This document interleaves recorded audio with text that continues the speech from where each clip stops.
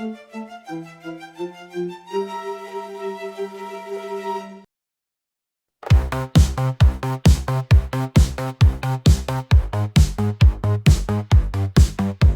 hunting of the Snark, 5th the 1st, the landing part 1.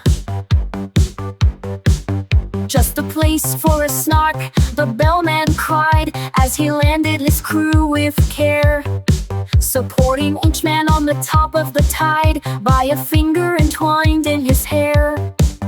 Just a place for a Snark, I have said it twice, that alone should encourage the crew. Just a place for a Snark, I have said it thrice, what I tell you 3 times is true. The crew was complete, it included a boots, a maker of bonnets and suits, a barrister brought to arrange their disputes, and a broker to value their goods.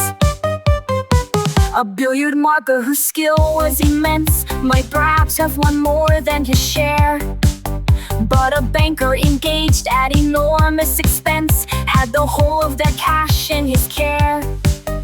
There was also a beaver that paced on the deck, or would sit making lace in the bow, and chat often the bellman said saved them from a wreck, though none of the sailors knew how. There was one who was famed for the number of things he forgot when he entered the ship: his umbrella, his watch, all his jewels and rings, and the clothes he had bought for the trip. He had 42 boxes, all carefully packed, with his name painted clearly on each. But since he omitted to mention the fact, they were all left behind on the beach. The loss of his clothes hardly mattered, because he had 7 coats on when he came, with 3 pair of boots. But the worst of it was, he had wholly forgotten his name. He would answer to his, or to any lagoon, such as "Find me or Fred or my wig," to wet your make home, or what was he a name, but especially thin on a jig. While for those who preferred a more forcible word, he had different names from these.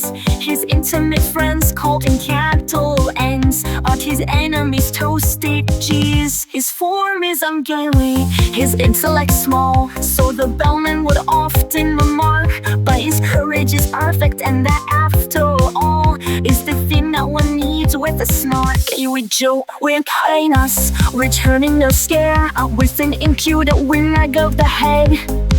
And she once went to walk paw in paw with a bear, just to keep up its spirits. She said Tim is a baker, but owned when too late, and it drove the poor down and shop mad. He could only bake white cake, for which I may state no materials were to be had.